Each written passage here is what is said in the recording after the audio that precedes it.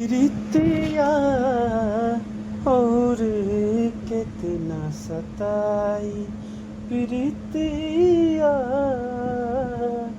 और कितना सताई। दूसरा के नाम के मेहंदी रचा के, दूसरा के नाम के मेहंदी रचा के, भइलू चीज पराई। प्रीतिया औरी कितना सताई, प्रीतिया औरी कितना सताई। थम ना पाई आँख के आंसू, चुपके चुपके रोबू। कागज पर से नाम मिटैबू, दिल के कैसे धोबू।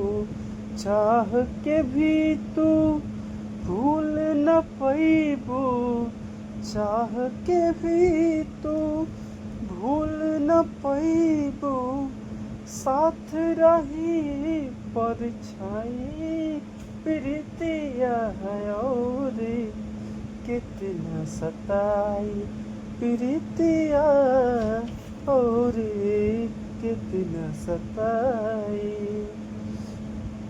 खून से लिखल प्यार के पाती, आज भी बाटे साचल। नाम के जानता पियत बानी, कुछ नइखे बाचल। जीना पैबू तू हुए गोरी, जीना पैबू तू हुए गोरी।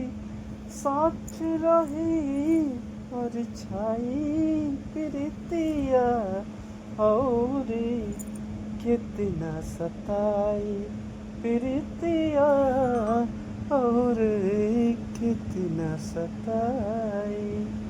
दोस्तों यदि आपको ये सॉन्ग अच्छा लगा हो तो एक बार लाइक सब्सक्राइब और अपने भाई को सपोर्ट जरूर करिए। Thank you.